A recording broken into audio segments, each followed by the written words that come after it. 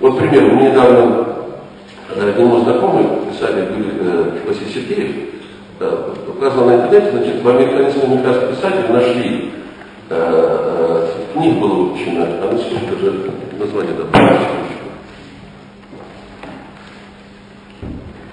Прошу прощения. Книга выпущена была в 2001 году, это Майк Кремью и Ричард Томпсон. Выпустили книгу, называется на русском переводе «Неизвестная история человечества». Так вот, они нашли в Северной Америке, допустим, на камне выбиты надписи, которым 200 тысяч лет. Знаете, на каком языке не надо выбить? На русском.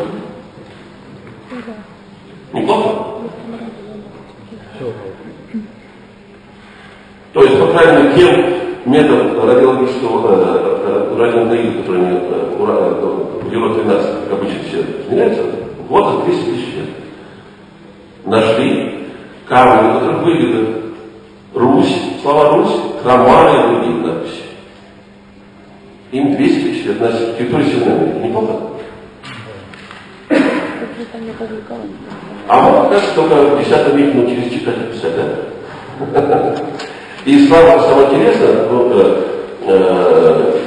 потом желающему найти автора, может, на интернете, поиск там фотографии камня и видно фотографии надписи.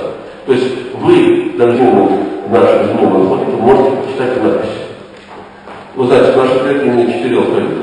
Дело 2 буквы и 2 рунических. Вот. Поэтому, так сказать, вот этот вообще реальный полутюрный алфавит, там можно, в принципе, можно прочитать, сегодня прочитать, что тут написано 10 тысяч лет назад. Неплохо?